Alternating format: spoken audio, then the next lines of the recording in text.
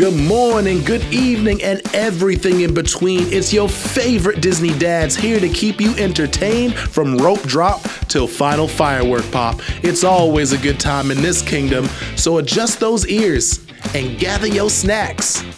And settle in, fellow Mouseketeers, because it's about to get magical. Welcome back, ladies and gentlemen, to another episode of Dadventures Around the Kingdom. And good news, my co-host is back from the sunny side of the USA. Cam, how you doing? Dude, I'm so depressed. I'm not in Disneyland right now. I'm so happy to be home with Kylie and Lisa. Like so happy. But it was just like coming home, picking them up, and bringing them back out to Cali to Disneyland. Because my God, what a freaking trip it was. And yeah, it was just awesome. I was out there for an agent education program for travel agents. What you saw on social media of my trip to Disney looked like I didn't do a single thing besides go to the parks.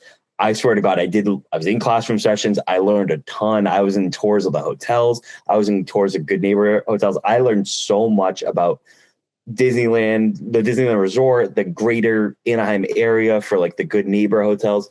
I learned so much.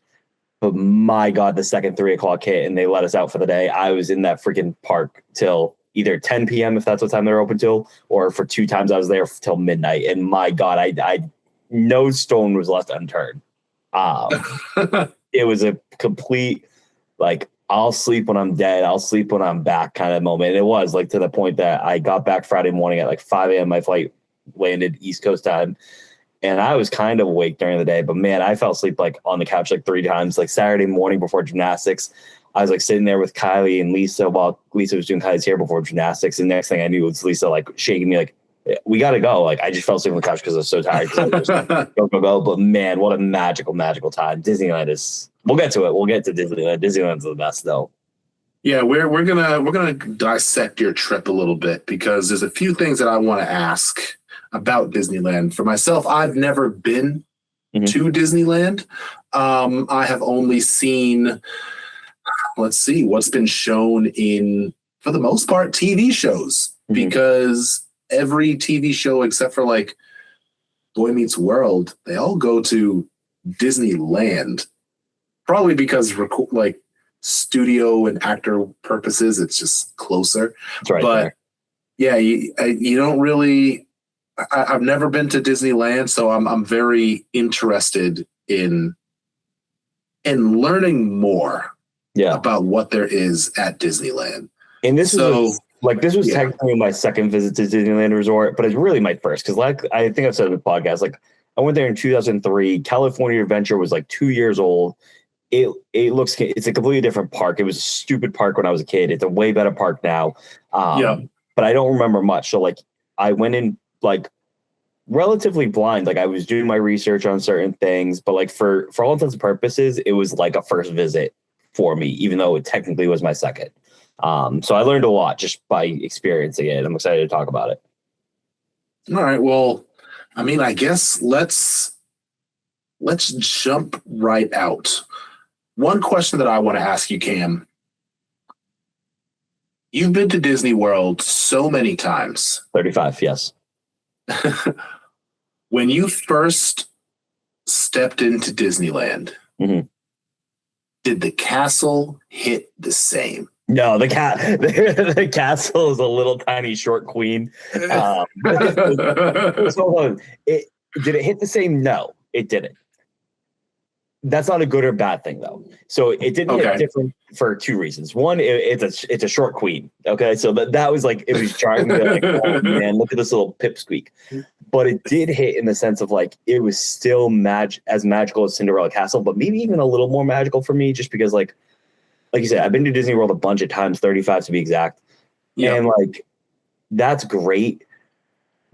But like this is the park that like Walt Disney walked it. Like Walt Disney saw that castle, was intimate with that castle. So it was a different kind of magic where like it was like humorous to me, like, wow, that is so tiny. But it was like, but that's Walt's castle. Like Walt never saw the finished. Walt walked Main Street USA kind of at Disney World, but the park, it was dirt. The roads weren't actually done by the time he died. So be in Walt's park, the castle hit differently that way. As a big time Disney fan, I love the Disney history, so it hit in a different way. Like I said, I did laugh at it because it was a tiny little queen, but it just hit knowing like this was Walt's vision, and Walt got to see this through, kind of thing. And it's obviously a completely different thing. Like at the time in '55 when it was created, it was just Disneyland Park. Now it's Disneyland Resort with Disneyland Park and California Adventure. So it's obviously very different, but it was just it hit in that aspect of like the history of this beautiful thing. Okay. So then that leads me to my next question. Which Main Street was better? That's a good question. They're both great.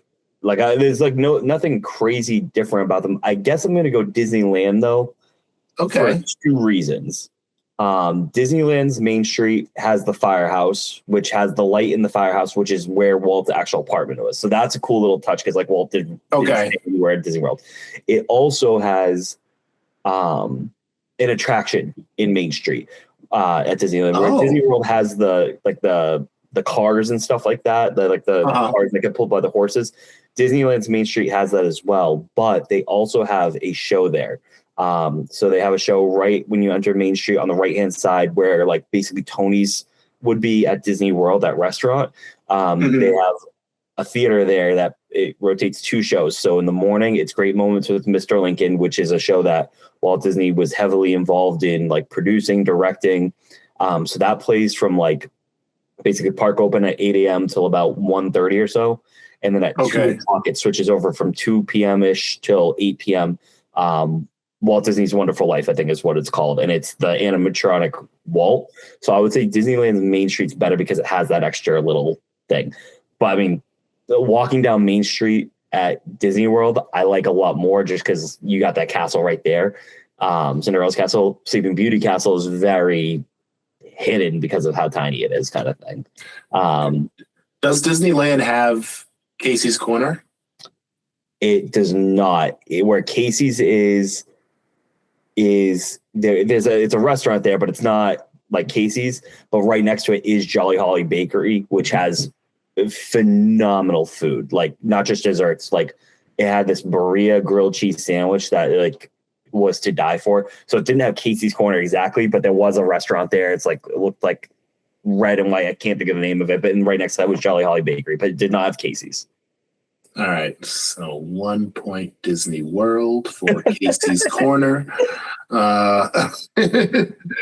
Well, Cam, I know because I watched all your stories. I gotta say, I was not jealous until you met a special someone, and then I was very jealous.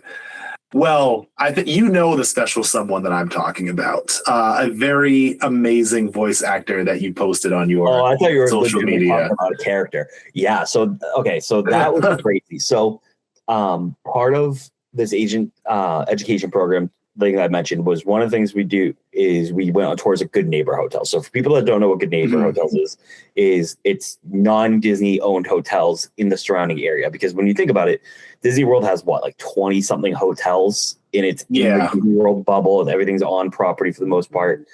Disneyland is small. It's tiny. It's literally in Anaheim. There's no real bubble for the most part. There's a kind of small bubble, but not really. And they only have 3 hotels. So there's what's called the Good Neighbor Hotels, which are hotels that are not owned by Disney. But what I learned was, and I kind of knew about Good Neighbor Hotels, but I learned a lot more about them. So like they have partnerships with Disney. They have to meet all these certain like requirements. Like they have to do, I think it's a biannual site visit from Disney. So that way they just randomly go into a room and check it. So like they'll do one announced one and one announced one where it's like, just give us a room. We're going to inspect it and make sure you guys are keeping this up to like top quality, basically. They're within a certain like distance. There's different categories. So you got your, just using Disney World terminology, like your more moderate hotels, which are your kind of like your all-star-y kind of hotels, but they're not all-star, obviously. But then you have all the way up to your luxurious hotels. And some of the hotels you can walk from the hotel to Disneyland. Some of them have shuttles. But anyway, we're at one of the hotels, and we had just finished the room visits, and they were going to take us up to the 5th floor where they had this big 5th floor lounge, which was beautiful. We found it was Grand Villa at the Park, I think was the name of the hotel. Let me get the actual name of it. But they were going to bring us up to the 5th floor where we were going to see their like outdoor lounge area where they have literally, it's right next to California Adventure. Like it's crazy. So you see the firework views from the parks and stuff like that. So this was the Grand Legacy at the park. And all of a sudden we're standing at this elevator and somebody in a Winnie the Pooh voice goes, "Room for one more." And I turn around and immediately I go, "Holy shit, you're Jim Cummings."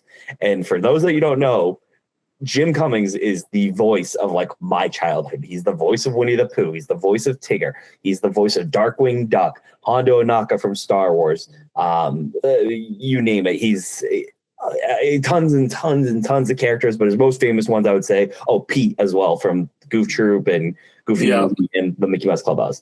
His most famous ones, I would probably say Pooh is number one, A1 with a bullet.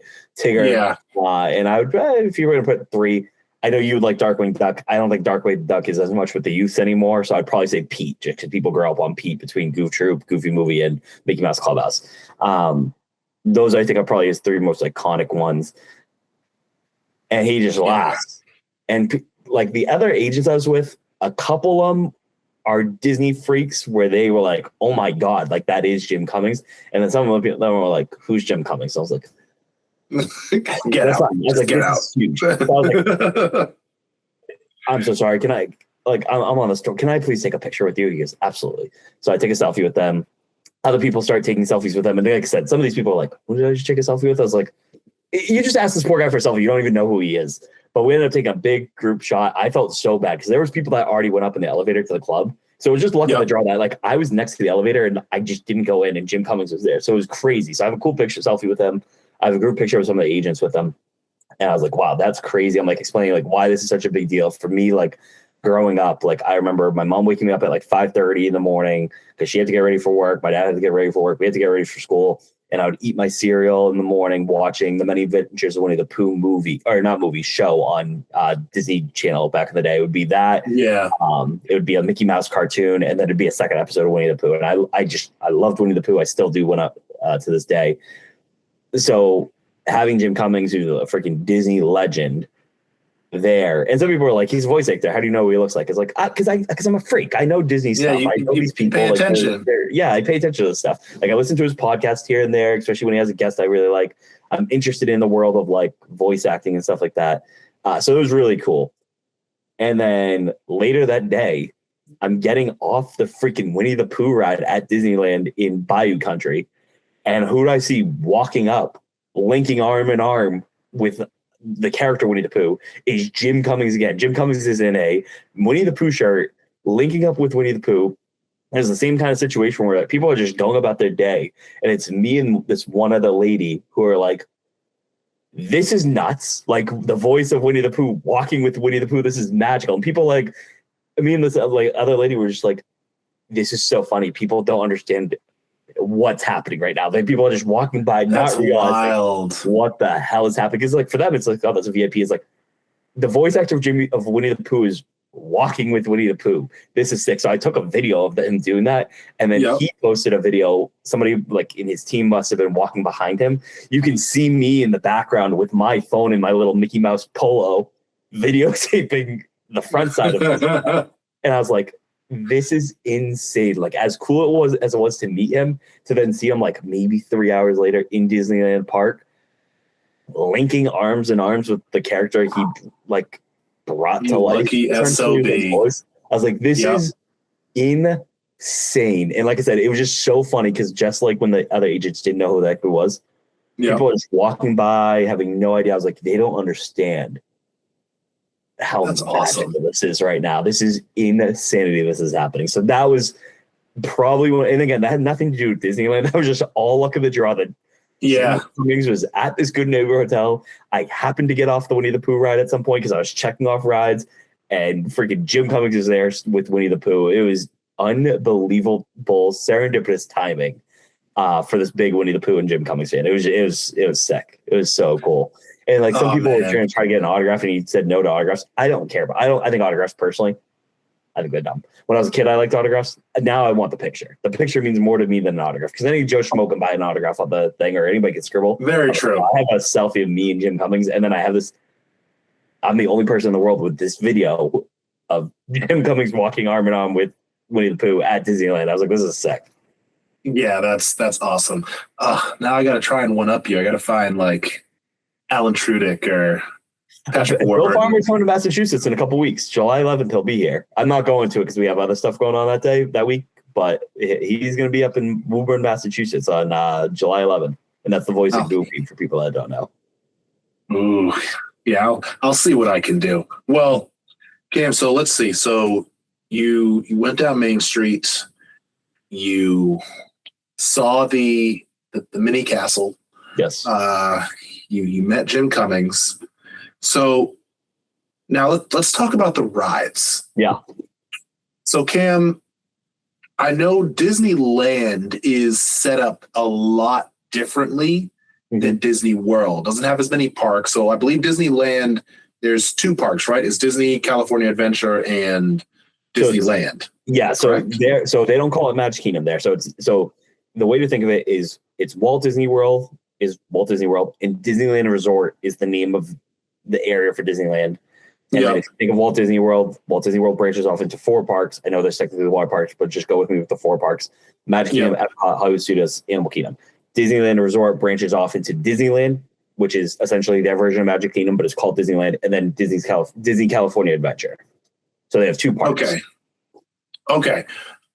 So now, first, which of those 2 parks did you enjoy more? There's more to do in Disneyland. Okay. There's more bangers in Disneyland. My favorite park, though, was California Adventure. There are definitely some dud rides there. There's a ride called the Golden Zephyr that is just an absolute dud. There's a ride called Jumping Jellyfish, again, another dud. But the bangers in that park are unbelievable. They have Guardians of the Galaxy Mission Breakout. They have the Cars Land is just, I'll talk about that at length soon, I'm sure.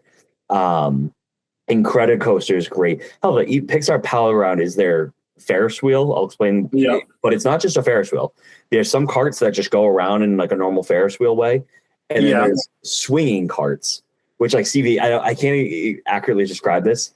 It's like, let's say the Ferris wheel's going around and your car is like at the wheel part, it'll just slide down and swing toward the middle of the Mickey Mouse.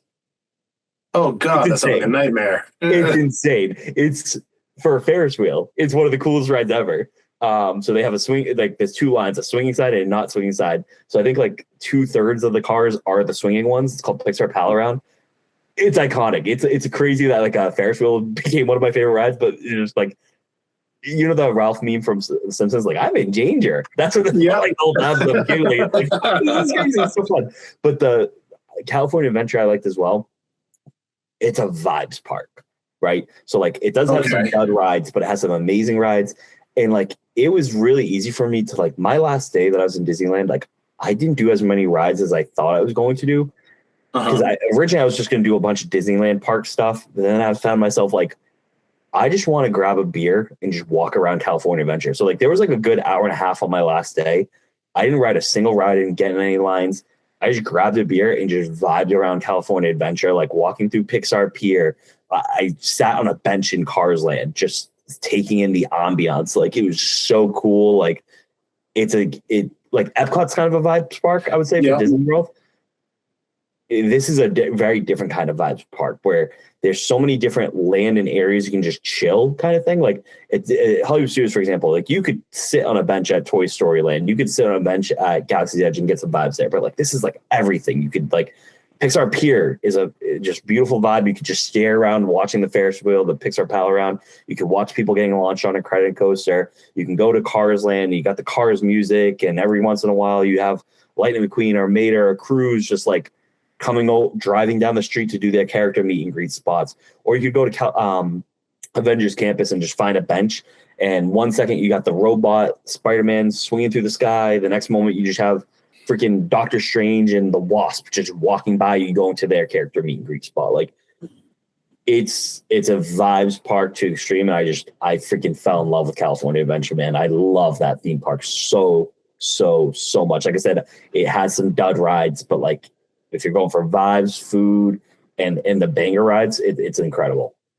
Honestly, that's how I feel about Universal. Obviously, I've never been to Epic Universe, but like how they have the two parts, like there's one where it's like we have the big Hogwarts area, but it has like the Simpsons ride and Men in Black. It's like, that one's okay. But then you have the other side that's going to give you like Hagrid's motorbike and Velocicoaster and all of those ones. So it's like, I kind of get that. All right, well, that's pretty cool. So then I guess the next question is, Cam, what were your top 5 rides at Disneyland? So my top 5, I'll go 5 to 1. So number 5 was the Haunted Mansion, which is in Disneyland Park. That's one thing that I want to mention, and I'm sure we'll talk about this too. Like, I know we have a Haunted Mansion in Disney World. I would say 8 to 9 out of 10 times, any ride that was in almost copy and paste from Disney World and Disneyland does it better. Okay. It felt like more immersive. It felt like the Imagineers and the cast members like cared more about the ride. Like the upkeep was great. Haunted Mansion was unbelievable. Like I love Disney World Haunted Mansion. It's probably a top 5 ride for me in Walt Disney World, especially for like a classic like dark ride kind of thing. I know there are probably better rides, but I've always loved the Haunted Mansion.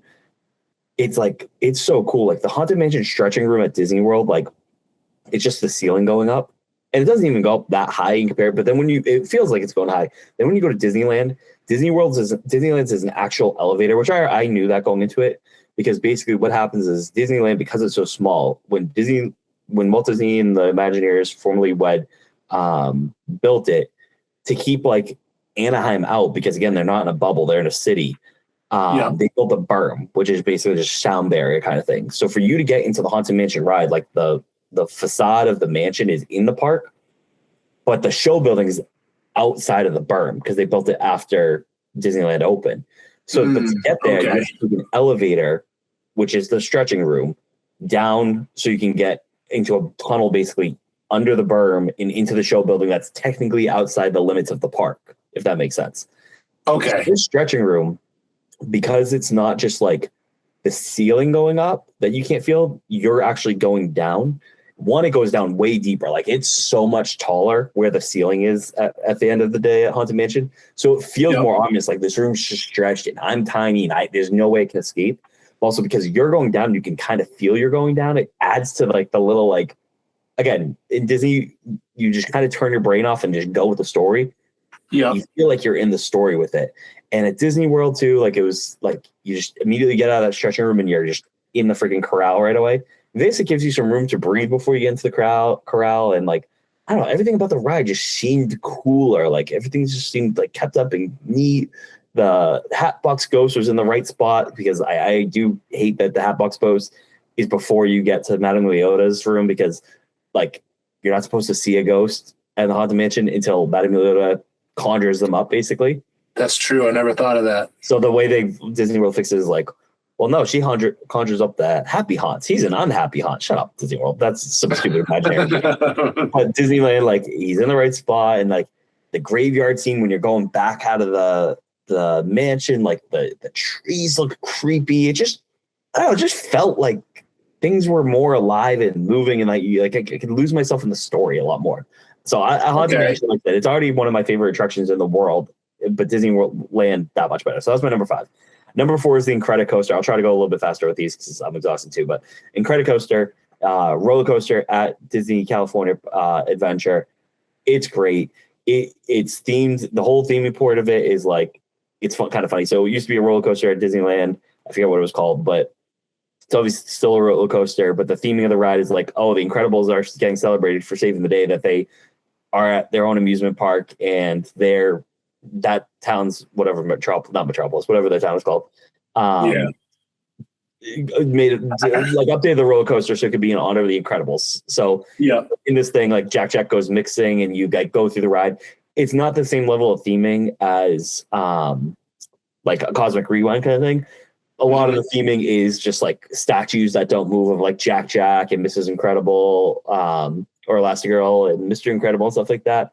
So like a universal roller coaster, essentially. Kind of, but because you're going so fast, it doesn't matter. But they have like the good audio track where they have the song, plus like they have like the characters talking about like Violet create a force field, so you save Jack kind of thing. Yeah. But the roller coaster itself is awesome. It's outside, you're in the air, has one really big loop, has some good dives, and because you're outside, you just like the thrill is more exciting because unlike like Rock and Roller Coaster, like once you go through the loops, like Rock and Roller Coaster's in the dark and like you just kind of don't know where you're going, which I guess is still a thrill, but like it's kind of fun to see like, oh my god, this is a huge freaking drop coming up. Yeah, roller coaster is just fun. I think I went on it like 4 times this trip. Just an incredible ride. Number 3 is Guardians of the Galaxy Mission Breakout, which is basically they had Tower of Terror at California Adventure Park. They rethemed it to Guardians of the Galaxy. It was the first ride that opened up before Avengers Campus actually opened up. Again, another ride that's essentially a copy and paste ride because it's the same ride system. Like I said, it literally was the old Tower of Terror, but they changed it to like the collector's warehouse, basically from the movies. If you're familiar with Guardians of the Galaxy films, it's a way better ride. It's just a way better ride. There's 5 or 6 different song choices in it, kind of like Cosmic Rewind, but they're different songs. And each like song has its own like bounce and jumps and up and down kind of thing. But it's like really cool because it doesn't just go up and down. There's like parts where it stops and like you see a little theme. There's like with the Guardians, because the whole point is they're trying to escape.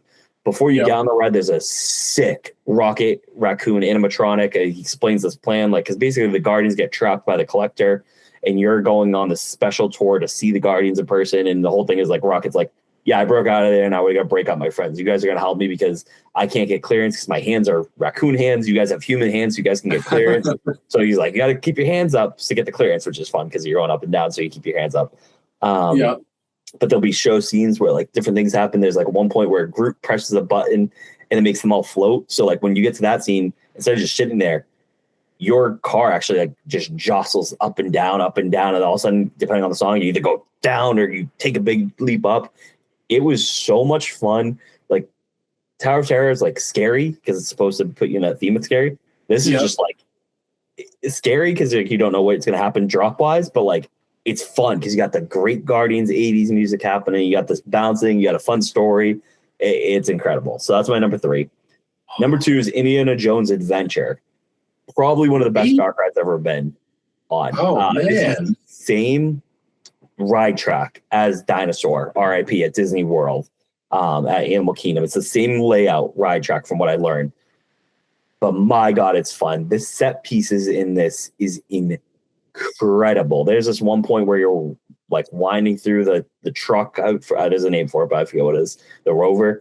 Like Humvee type thing? Yeah, like there's this big like freaking godlike head, basically, like because it's supposed to be a temple. Called the Temple of Forbidden Eye, and there's like flames coming out of this thing and it's shooting lasers at you. It is such a sick ride. I think I rode this 3 different times. I think it's you can't really describe it until you get on this thing. It's magical. The queue is one of the best queues ever because it's actually a half-mile line to get to the ride. Because same thing again, because the berm, they have to have the show buildings outside the berm. So you have to like go kind of under it and around it kind of thing to get to the show building. Is like an old parking lot basically that they put the building in. So when you're winding through it all, it ends up becoming like half a mile technically from the start of front of line to when you get to the ride vehicles. But you don't know it at all because you're going like the way they're having you twist and turn kind of through these caves, kind of like Rise of the Resistance, but on steroids, is really cool and adds to the story. It's an incredible ride that just jostles you back and forth, and it's just fun. It's Indiana Jones, which I freaking love. So that's my number 2. My number 1 is Radiator Springs Racers, which is the Cars Land ride. I'll say it. It's a top 3 Disney park ride overall for me. It's number one at Disneyland for sure. I have to really sit down and think of it. I think Cosmic Rewind is still number one, but this is probably number 2 or 3. If you're going to put Rise of Resistance up there with this. It is. So what kind of ride is it? Is it like, is it like a roller coaster? Is it like Tomorrowland Speedway? Like, how would you describe it? Test track, but cars. Oh, okay. It's the same ride system, the penny slot system, I think it's what it's called.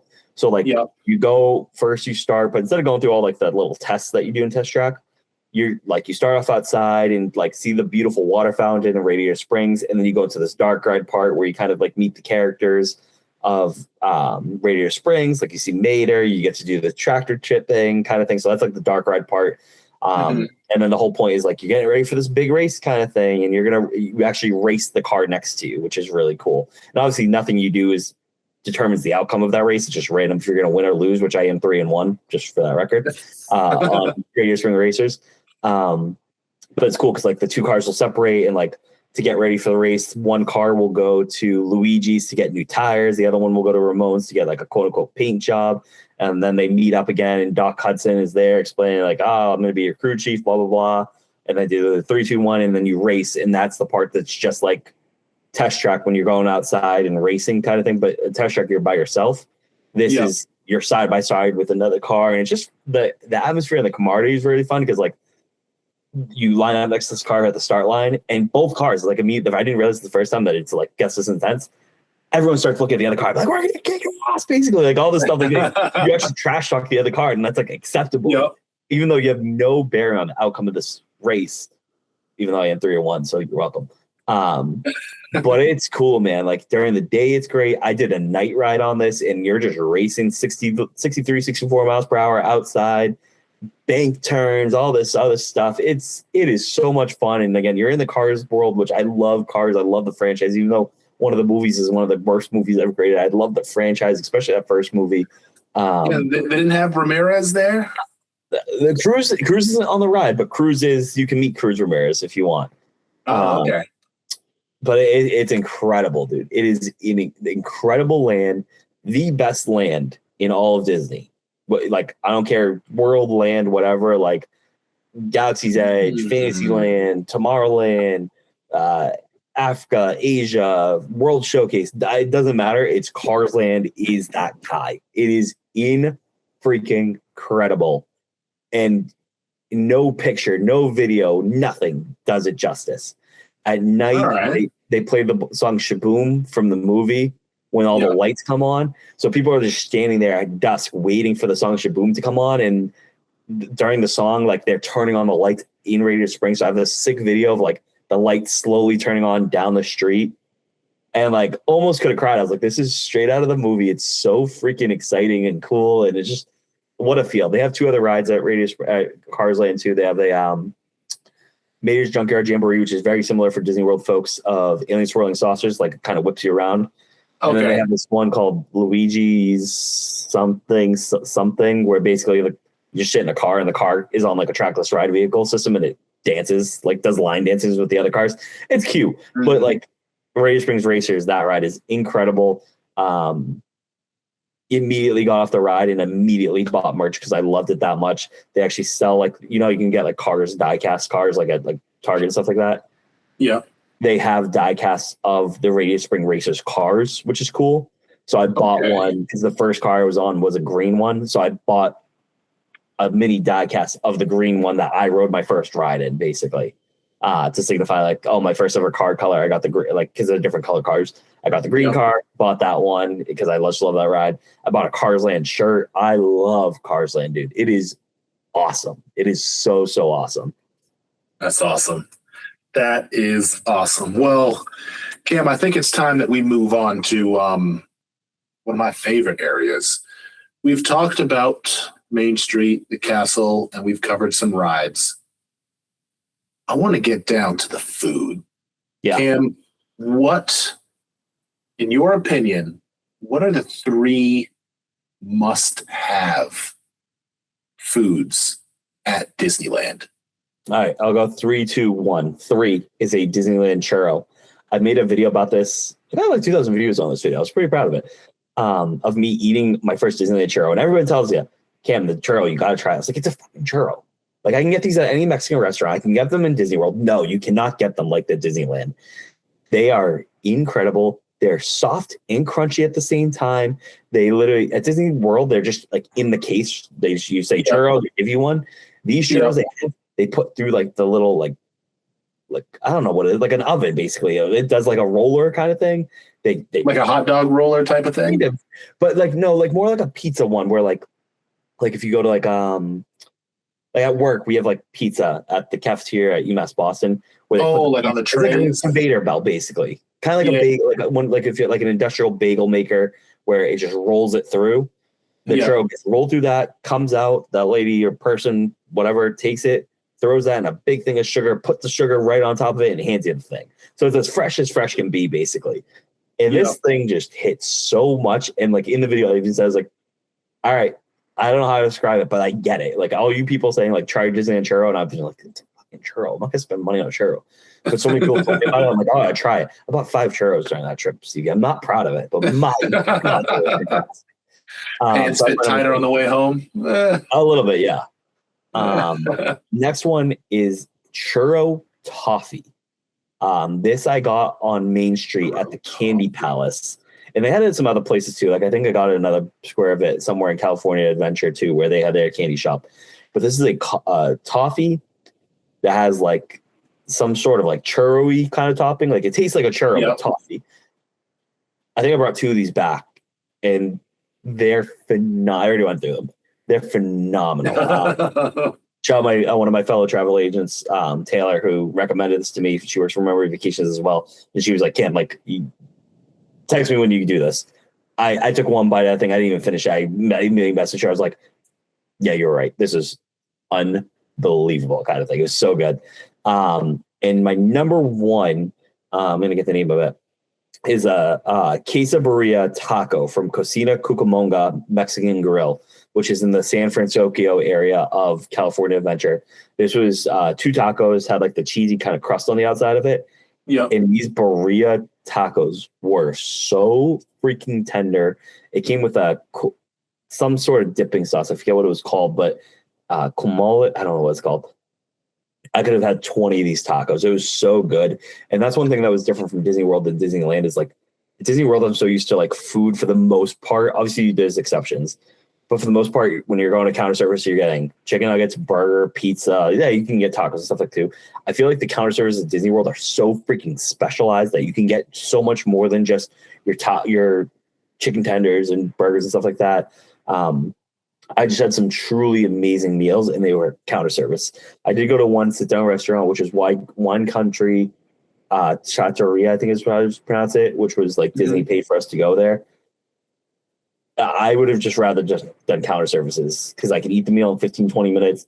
The food was honestly better at the counter services, but that was my favorite counter services I had was that Cocina Cucamonga Mexican Grill in San Francisco. That quesadilla taco, I've been thinking about that since Saturday, basically. So there was nothing that really spoke to you when you went to Pim's Test Kitchen? I did love Pim's Test Kitchen, but I only ate there once. I got the little chicken sandwich, which was a little tiny like slider bun with a giant piece of chicken. Because the whole thing with Pim's Test Kitchen, it's Ant-Man themed, so things are either bigger than they're supposed to be or smaller. Because the whole shrinking and growing kind of thing. That chicken sandwich was phenomenal. Because again, like you can get a chicken sandwich anywhere. This was like so well done. The breading was great. The slaw on it, which I'm not a big slaw person, but I ate it, was fantastic. Came with potato bowls. That was great. That was, if I'm gonna put something on my number 4, that's my number 4. That was my second favorite meal I had there. But like the churro and the churro toffee, I wanted to include some snacks. So if I was going meals, Pim's Test Kitchen would have been number 2. Cocina Cucamonga would have been 1. Well, I had that twice, so I didn't have that many meal places because I fell in love with what I did. But no, Pim's Test Kitchen was very good. I also got the Choco Bar, which is like a chocolate bar. I've heard of that, yeah. But again, it's supposed to be like bigger. So instead of like a regular like Snickers bar, like how you would think of it, this thing was like the size of the freaking tray, and it was just me eating by myself. I think I got through half. It was like, all right, I'm gonna vomit kind of thing. Like that was the morning. The only thing I ate that day was at 3 a.m. I got like a breakfast sandwich at the airport, 3 a.m. East Coast time. By the time I landed and got to Disney World, this was 11 a.m. West Coast time was when I got my food. I remember putting the mobile order for it, which would be 1 p.m. So from 3 a.m. East Coast time to 1 p.m. East Coast time, I didn't eat anything. So this is the first thing I ate. So I scarfed this thing down, and I was like, I can't eat this more chocolate bar, because if I eat too quickly, I'm going to vomit, and I haven't even ridden one ride yet. So I was like, slow down. Let's throw this out. This is too big for me to eat. But it was really, really good. Pim's Test Kitchen was great as well. So, Cam, I'm going to ask you a very difficult question. It's a this or that question. Yeah. The Disneyland churro or your beloved Dole Whip? The churro. The churro? Disneyland churro. Yeah. Okay. Yeah. Because I did have a Dole Whip at Disneyland, and I didn't include it in this list. Yeah, I'm going to go churro. It was that freaking good. Because that's the other thing too. The weather in California is so much better. Like Disney World, you're just muggy all the time. True. The week I went in June, there was 2 mornings out of the 4 where people were wearing sweatshirts and long sleeve shirts in the morning, and every night people were wearing sweatshirts, spirit jerseys. Every single night people were wearing that because it was so cool. So like, you kind of didn't want an ice cream at that point, because you're like, we have something a little more warm to warm me up, and that's where the churro came in clutch there. Okay. Peak. But I do love me a Dole Whip, obviously. I did have a Dole Whip while I was there, but God, that churro's good. And that might be recency bias. And a lot of the stuff, like, my friends make fun of me because I'll see something, I'll be like, that's the greatest thing ever, because I have so much recency bias. Yeah. That's one where I definitely could be recency bias, saying the churro and the Dole Whip. There have been some takes I've given on this thing that I know are not recency bias, because I sat on a 6-hour plane ride thinking about all this stuff when coming home. So like that one could be recency bias, but so I'll give you that one, that the churro versus. All right. Tacos or your beloved cheddar bacon soup? Cheddar bacon soup. Cheddar bacon soup still wins. Yeah, I do love me that. The other Disney World meal I love is the bao buns, the burger buns at the burger pods. The pods. That's the Tuli Cantina. Right now, I'm saying the tacos, but I plead the fifth. That could be recency bias, so we'll see how it is. But soup versus the tacos, definitely the soups. I love that cheddar bacon soup at Canada Pavilion. All right. Well then, Cam, I guess, was there anything that, because I know you, as soon as you found out that you would be going to Disneyland, you are researching, you are getting all caught up on all your Disneyland, for sure, everything. Yeah. Was there anything that surprised you about Disneyland? So I did a lot of research, right? Like I was buying books, I was watching podcasts or listening to podcasts, TikToks, all this stuff. And like all this Disneyland stuff comes on my feed a lot anyway, because I'm so like heavy into Disney in my algorithm. But a lot of times I would just ignore it because like I wasn't going. But this I did a lot of research. But the thing I keep coming back to, and this is like I'm going to present to like my travel agency, like things I learned, is the biggest takeaway from this trip. It was very humbling for me, because no matter how much research I did, no matter how many hours of podcasts I listened to, TikToks I watched, all this other stuff, it was so humbling to me, because for Disney World, I know so much. I take it for granted. So even like helping a client plan a Disney World trip, there are probably some key like tips and tricks that I should tell them, but I don't, because I overlook that it's a key tip or trick, because it's just background knowledge for me. Yeah. Even though I was doing research, I went in really blind, and I felt like I didn't know what I was doing until day 3, because I was even though I was like doing all this research, I still felt so lost.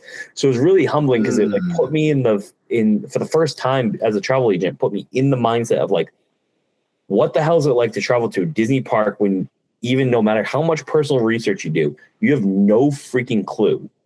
And it came a lot to like me asking questions to other travel agency, both in my travel agency or travel agents in my agency and outside from the other travel agents that were traveling.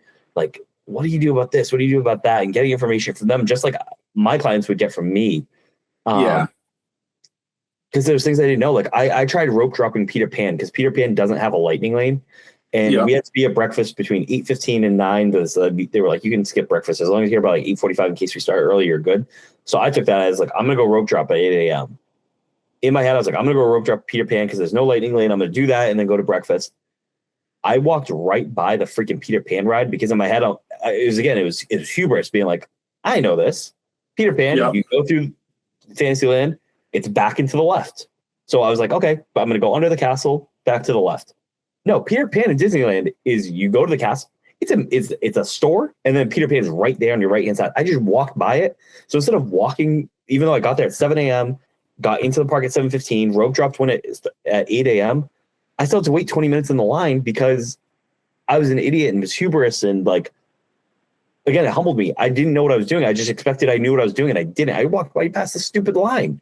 I should have been able to walk right into the ride, and I didn't because I didn't know what you don't know kind of thing. I was like so conceited. It's like, I don't need a map. I at least know this. No, it is still different, even though it is like the spoken hub wheel system is very similar to Disney World and Disneyland. Yeah. It's still a different animal kind of thing. And like, so that was the biggest surprise to me is like how different it is. And like the other surprise to me is like how small Disneyland is, but it doesn't feel small. Disney World has the luxury of the size where everything can be a little more spread out and stuff like that. Yeah. In Magic Kingdom, Disneyland is so small and compact, but it has so much punch of what it has because they use the size so well where like everything's like in and out. Like there's little tunnels and like everywhere you turn, there's something new waiting to be discovered there. And I know it's like a cliche thing, but it's true. Like, I mean, for instance, there's Mr. Toad's Wild Ride in Alice in Wonderland. Yeah. Alice in Wonderland, part of the ride is on top of the building of Mr. Toad's Wild Ride. And you know that because there's a scene where you go into hell, literally hell, in Mr. Toad's Wild Ride.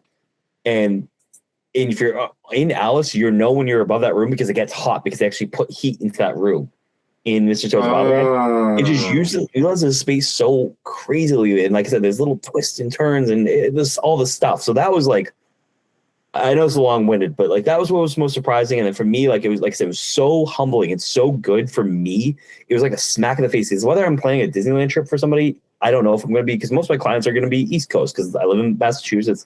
Most of my people are going from to Disney World, but it just put me in that mindset of like, I just know what it felt like right now to be basically a newbie at Disneyland. Yeah, I need to do a better job at putting myself in that mindset at Disney World to help my clients even better. Because I think I do a good job with my clients. I mean, you obviously experience that kind of thing. Yeah. But what am I freaking missing of like these things that are like, of course, this is old hat. My clients don't think like that because they're not freaks like me going 35 times in my life. So it really made me rethink how I'm helping families plan their trips, not just to Disneyland, but to Disney World again, because there's got to be a better way for me to do it where they're, as much as I'm helping them get the bang for their buck on their trip, there's that much more I might be forgetting to tell them because I'm just so used to being like, oh yeah, everybody knows this. No, they don't. So like I said, it's humbling. Yeah. See, I like hearing that because again, like for me, I know that like, again, we've been doing this pod now for over a year. We've been talking about Disney for as long as I've known you. Yeah. And you are, to put it in the simplest, you're a Disney expert. You know, when you go to Disney World, you know how to do everything from rope drop to, how you line up your rides, where you're going to stop, for pit stops, to get a snack, to get something to eat. If you want to do like a quick service, something, you know exactly how to get all that mobile order. You have been a Disney expert for most of your life. You know what you're doing. Mm-hmm. And it's almost like, it sounds like this was a great experience for you as a travel agent because you got to, like you said, let's look at this as I'm not a DVC person that comes here all the time. I'm not an expert here. I'm going to look at this the same way that, somebody that you're booking a trip for, like this is this whole family's first time going to Disney. Yeah. How are they going to see this? Whereas for you, it's just kind of like, oh yeah, no problem. Like I know how to do the lightning lane. This is all second nature to you. Yeah. It doesn't I'm sure, Cam, you could probably sit there and bang out your lightning lanes in your sleep. You could sit on, I would not be shocked, Cam, if you have been the type of person that could sit on Haunted Mansion while setting up your next lightning lane. Like you know how to do all of that with ease. A lot of people that aren't, as you would always put it, Disney sickos. Yeah. It's completely different for them. So it's like, yeah, this I'm so happy for you that you got this situation where you got to be, you're a Disney World expert, but you realize I'm a Disneyland noob. Like I'm a rookie here. And that's like kind of like, so when I present to my, like, sorry for anybody by travel in remote vacations that's listening to this now, I'm presenting about this on the 13th. So you're getting a sneak peek, but that's kind of like the thesis of what I'm presenting about. Like as helpful as this experience was to help me like be able to plan Disneyland trips for family. And I really hope I do, because like, I want to convert, I kept calling myself on my Instagram reels and stuff like a Disney Worlder. I want to help convert these Disney Worlders to go experience Disneyland and California Adventure for the first time, because it is truly magical. Like I get it's tougher to go to the West Coast when you live on the East Coast kind of thing. I totally get it. Yep. It's easier to go to Disney World, but like it's something everybody has to experience. So as much as this helped me become a better travel agent to plan Disneyland, because I didn't even touch Disneyland trip planning with 10-foot pole. Because again, my whole thing with this whole thing is like I could BS my way through something, but I feel stupid doing that. So like now that I have the experience, I feel better playing Disneyland. But like, sorry to go off on a tangent there, but like my whole thesis is like, as much as this made me a better travel agent playing Disneyland, it made me as much or even better of a Disney World like travel planner, or not travel agent, because I'm not a Disney travel agent, but a travel agent who plans Disney World trips. It made me that much better even for World, even though I didn't go to Disney World, just because it put me in that mindset. It was like, I gotta always be in the newbie mindset. I always have to do that no matter what for a client, whether it's their first time or the 5th time or the 35th time, because they're sicko like me. Like there might be something that I just think is old hat. It's kind of like vernacular, like at work, like you get comfortable with like acronyms and stuff like that. And then a new person comes in and they're like, what the f- are you talking about? These acronyms. Yeah.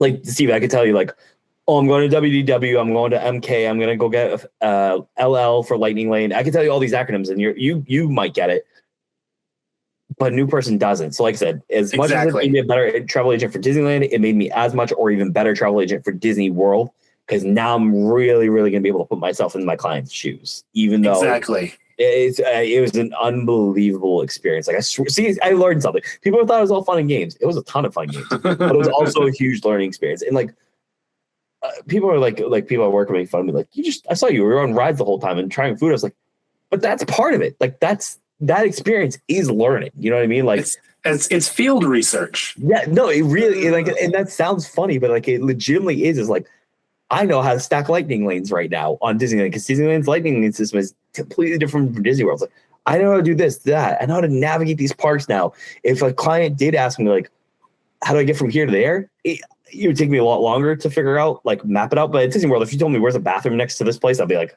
left here, right here, blah, blah, blah, blah, blah. Disneyland, I wouldn't be able to do that, but like, I could at least put myself, okay, they're near this place, so they could go to this-ish area, and this would get them close to this, or, oh yeah, you're here, you go try this food. Like that firsthand experience is learning. And that it was just an unbelievable trip, dude. I learned so much. I had so much. Yeah.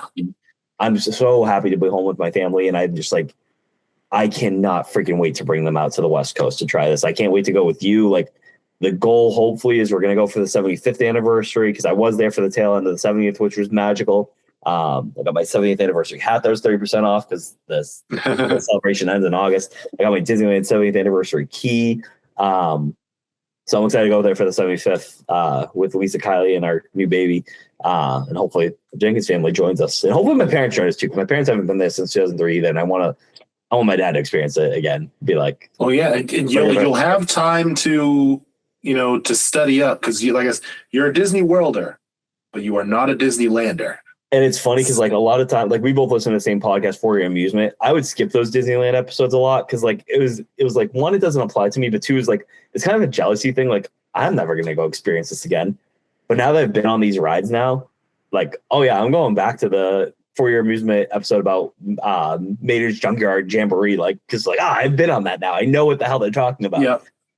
For those world class tests. So it was really special, dude. It was so cool. And like I said, the whole big thing is as a Disney World freak, like Disney World or Disney sicko, to be in Walt's park and be like, he walked this, he did that. There's 13 remaining opening day attractions that are still in Disneyland in some way, shape, or form. I did all 13. Yeah. Some of them are very different. Like it used to be Snow White's Scary Adventure. Now it's called Snow White's Enchanted Wish, and it's not as scary. But for the sake of this, it's the same ride basically. So I did all 13 of those, and the whole time I kept thinking, I was like, Walt kind of did these in again some way, shape, or form, obviously. But like Walt signed off on the Snow White ride to be built, on the Mr. Toad's Wild ride, on the horse-drawn carriage down Main Street, at the movie theater, at like all this stuff. So that was like every time I was in one of those rides, it was like I was getting kind of emotional. Like, I wasn't crying, but I was like, wow, like how lucky am I to be on this ride that almost 71 years ago, because it's almost July 15th now or 17th. People told Walt Disney this park is not going to last a fucking year. It's going to shut down. Wow. You're an idiot for doing this. And it's been 70 years later. Disneyland changed the name of the game of what, not amusement parks, but literally coined the term theme park. So that way you have all these copycats between like Six Flags and Universal and all the stuff. Yep. I just couldn't stop thinking of like one guy had a dream and had all these people help him achieve that dream, that people were telling him like, you are a dummy for doing this. And look at the legacy he created. And I just couldn't stop thinking about that, riding some of these small little like Casey Jr. and stuff like that. It's just like, holy shit. Walt Disney, if you were here today, you'd be like, damn, I did the thing. Screw the haters, I did it. And that's why I was like, it was cool in that aspect. That's just awesome. Well, Cam, I think there's only one thing left to do. So we've got the 4 parks in Disney World, and we have the 2 parks in Disneyland.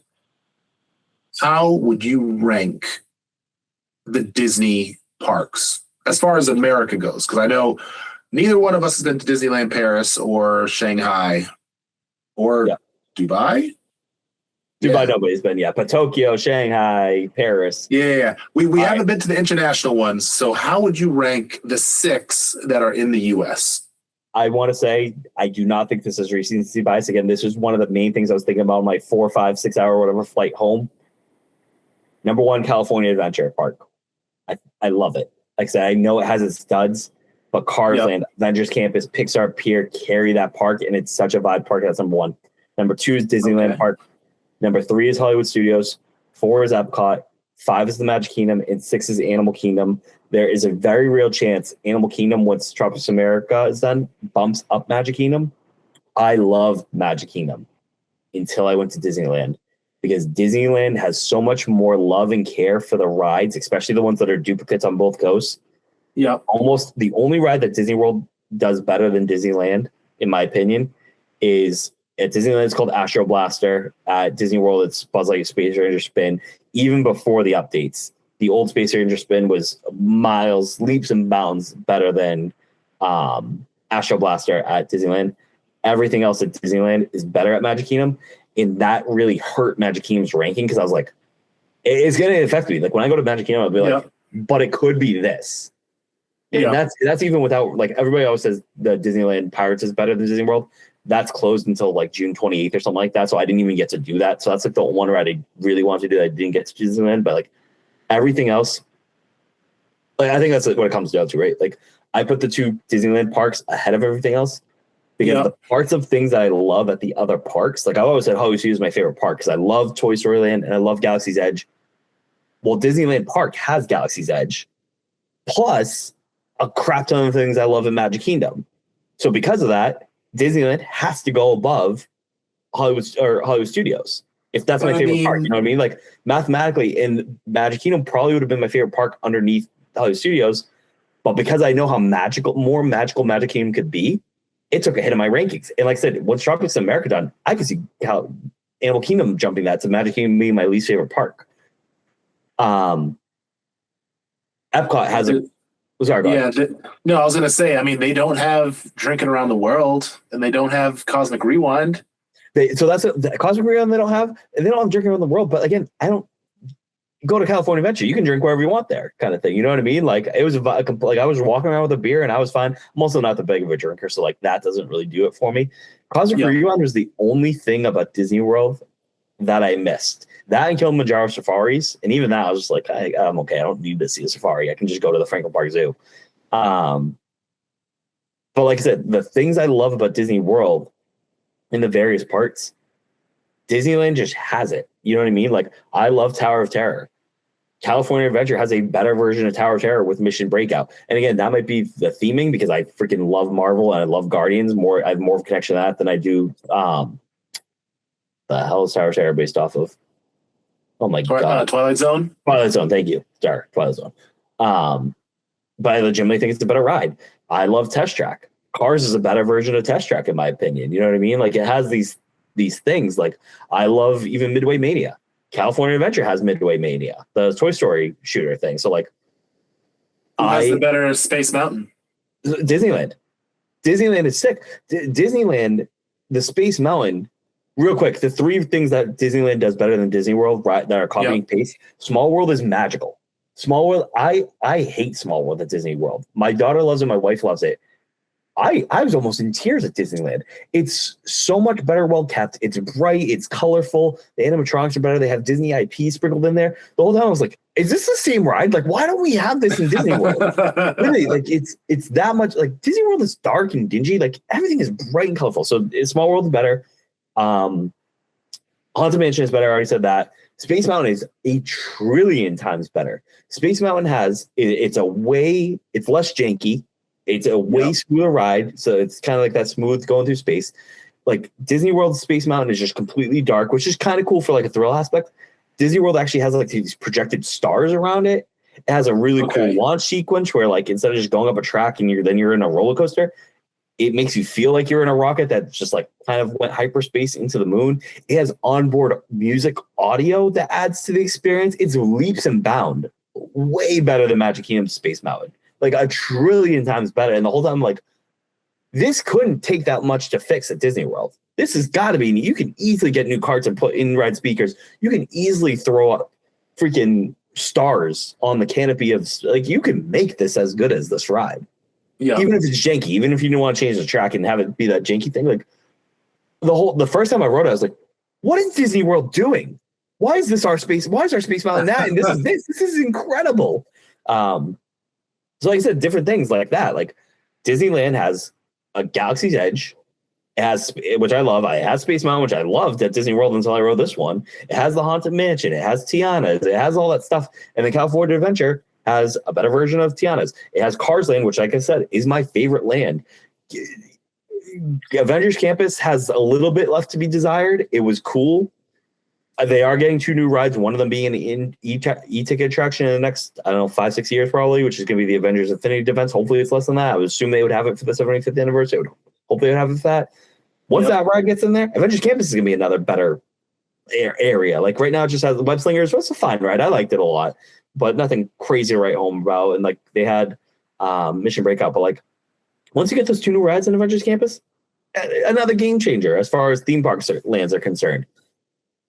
It's California Adventure is my favorite because, like I said, I thought I was going to be in Disneyland Park the most because of how much it has to offer. But like I said, that last day I found myself, even though there's a couple more rides I wanted to ride, I just found myself walking around California Adventure because I just loved the vibe. It felt very much like Hollywood Studios to me, which I also think is kind of like a low-key vibes park. Yeah. And it's funny because California Adventure and Hollywood Studios, theming-wise, is a mess. Like the whole point of California Adventure was for you to have a California Adventure, and now you're just telling me we have a Cars Land and friggin' a space alien has a warehouse collection that you're gonna go up and down in. Theming wise makes no sense, but it's a very fun park. Same thing with Hollywood Studios, has no real theming to it. It was supposed to be like you're going into a backlot Hollywood Studios, but now you're like, oh, now you're just going into the movie of whether it's Toy Story or Cars or soon to be Metropolis. Yeah. I fucking love Disneyland.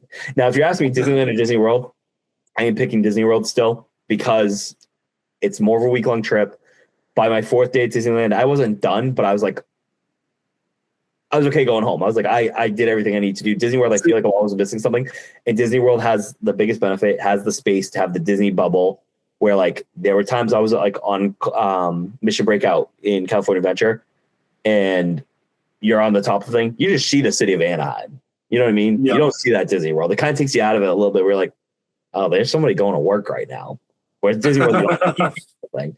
So I still think the 2 Disneyland parks are better than the other 4 Disney World parks, in my opinion. But I would still take Disney World over Disneyland, but does not mean you should not go to Disneyland. It's incredible. I know that was a long-winded. I just freaking love that. I've been thoughts since Saturday when I landed, or Friday since I landed. It was an awesome time.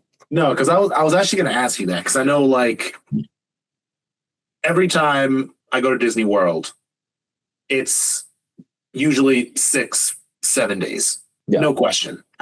But if I was really trying, I could tackle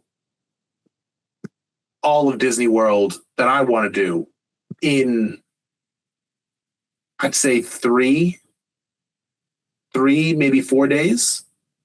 But then again, I consider Animal Kingdom a half-day park. Sure.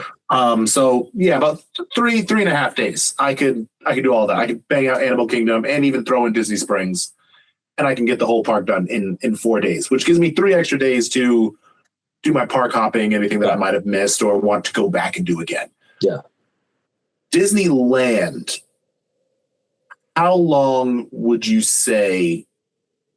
Would you still say like Disneyland is the type of place you should definitely tackle the same way Disney World, like at least 5 to 6 days, or is it more of a, I would say do like 3, maybe 4 days, and then maybe see the surrounding area? Like how would you rate that for somebody who wants to book a trip to Disneyland? And it's kind of like, because again, seeing as you've been there, it's like you don't want them to book the trip, get there, and then after like the 4th day, they're kind of like, I've got 3 more days left. I would say it's a like the advertising kind of way is like, oh, plan it as a 3 to 5 day trip, and I thought it was a bunch of BS. If you really want to, you could spend 1 day at Disneyland and do a lot, but you're not going to get the full experience. You're just not. Yeah. Having experienced it though, like yes, you could do that. I think the marketing is correct. It's not just a marketing thing. I think it is a 3 to 5 day experience. 5 days might be stretching a little too long. Like I was there for 4 days and I wasn't there at the parks all day because, like I said, I had the classroom training sessions from like 8:30ish till 3 o'clock. So I didn't get to go full days at the park. I think 3 to 5 days is a sweet spot. I think 3 is great. You could do 1 day at each park and then you have that catch up day to do whatever you want. But even if you are going like 3 days, there is time. I mean, Disneyland itself for the most part is open especially in the summer, is open 8 a.m. to midnight. 3 days, you could still comfortably go back to the resort and go to the pool. Like I didn't do any of the pool stuff because like I really only had from like 3 to midnight or 3 to 10 to do the parks. You know what I mean? So, but had I had like a full day to myself there, I would not have gone from 8 a.m. to midnight. There's not that much to do. It would have been like worst case scenario, I would have been in the park, but just kind of vibed out, grabbed a beer, spend longer time. Yeah. Or I would have gone back to the room for a nap or watch a World Cup game or go swimming. I think 3 days is perfect. And then get out of Anaheim and do something else kind of thing. Like if I had it my way, I would do a full week to California. I would do 3.5-ish days at Disneyland. And then I would go either to San Diego or I'd go up midway towards like San Francisco because I do want to go to like the baseball parks. I would do, like I said, I would do a full week and a half long trip to California, but only 3 to 4, maybe 5. Probably not even 5. Probably wouldn't even touch 5. Because you can bang out so much in Disneyland. And it's only 2 parks at the end of the day. The other thing too is like Disney World, like the biggest time sucker is traveling to the parks, right? Like if you want to park up from Magic Kingdom to Epcot, you have to take a monorail. If you want to go from Hollywood Studios to Epcot, you have to take a boat or walk, or Animal Kingdom to Magic Kingdom, you have to take a bus here to then take a bus here. The parks, like it's so small that it's not crazy. Like, and I did this. I was at Web Slingers one time, and then I got a lightning lane for Space Mountain in Disneyland. I walked from California Adventure to Disneyland, gate to gate. It was 56 seconds or 57 seconds, excuse me. And then got on that ride and then went back to California Adventure. And it was basically the equivalent of like walking from like one end of Magic Kingdom or Epcot to the other. It wasn't a crazy thing. So like, so it's kind of like park hopping. Yeah, so it's kind of like again, I keep mentioning Universal, but like doing the city walk, like exactly. That's exactly what it is, but even smaller. Okay. And like Universal, I could say it was like a 3-ish day experience kind of thing.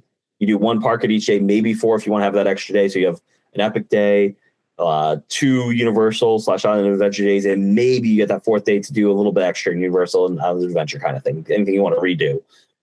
I would equate it to that basically. But then you get out of Dodge and like go explore LA, San Fran, San Diego, Sacramento, wherever the hell you want to go.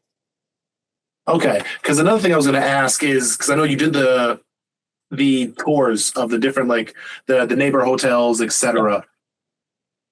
Does Disneyland have, obviously because it's all so close, is there shuttle systems that go from the hotels to the park?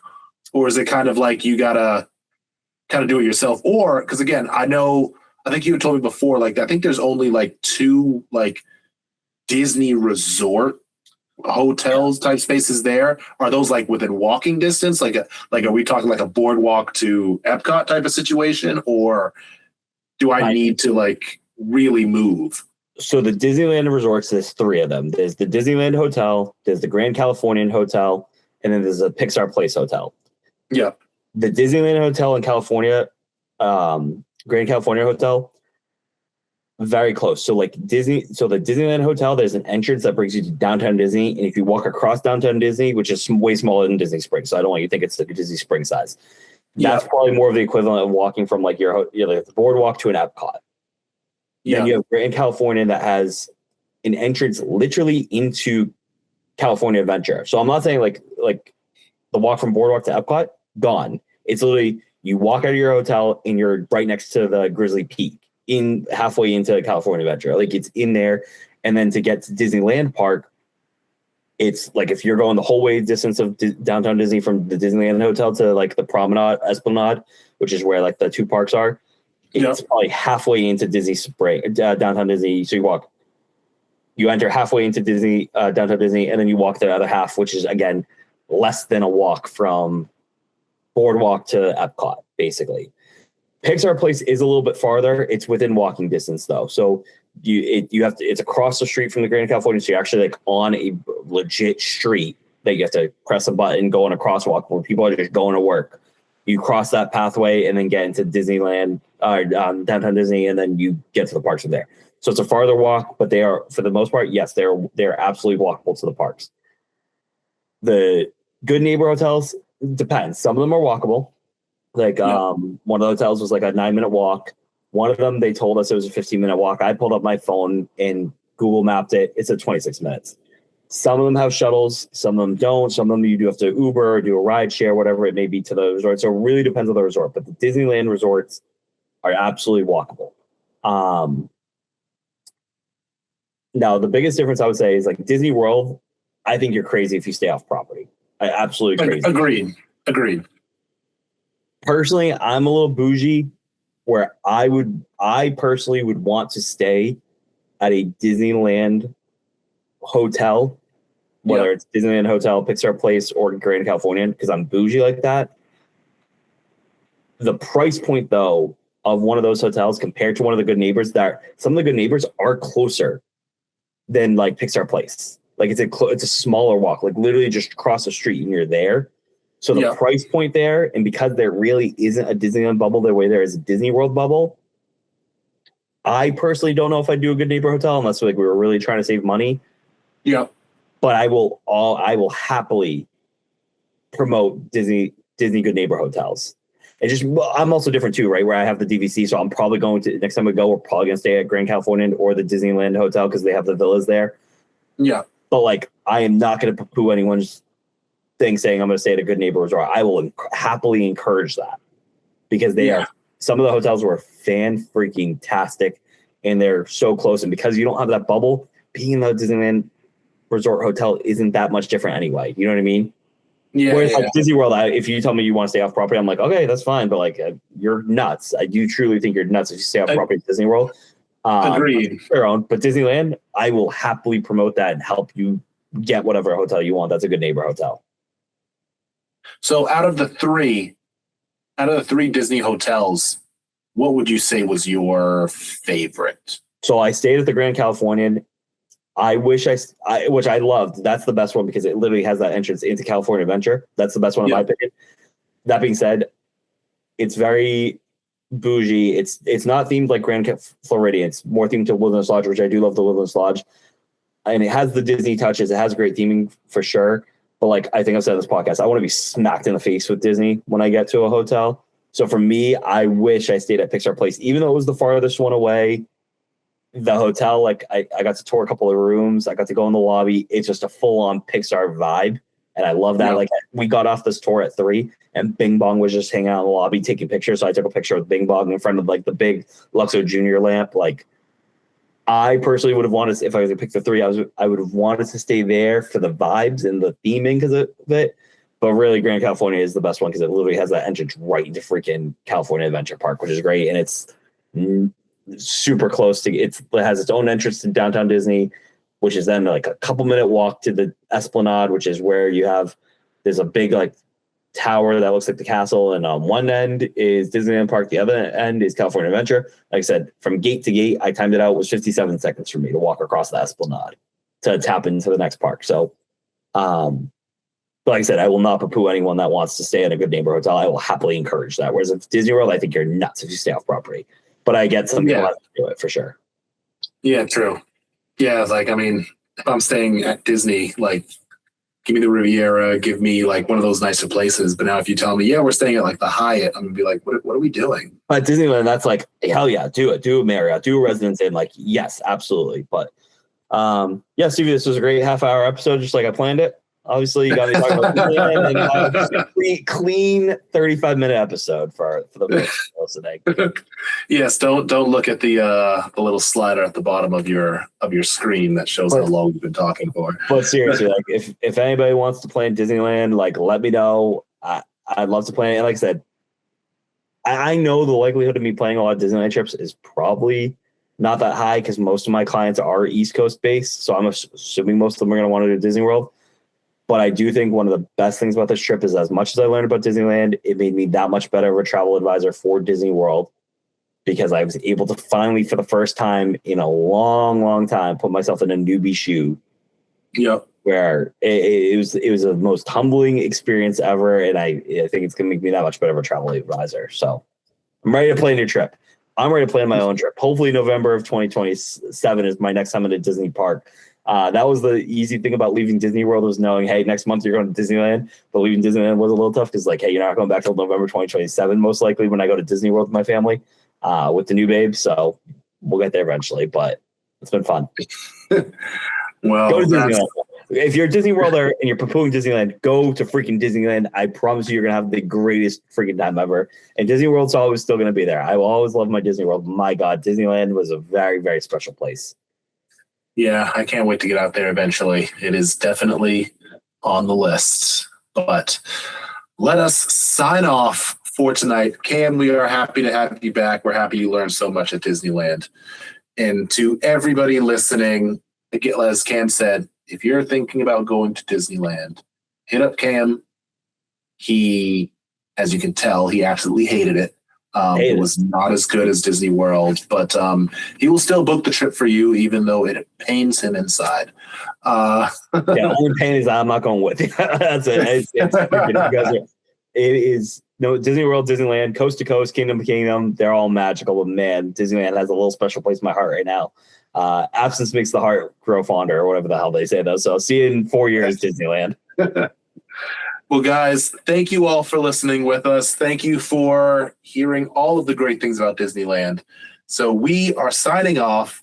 So as always, have a lovely day, a amazing weekend, and remember to keep it magical. See ya.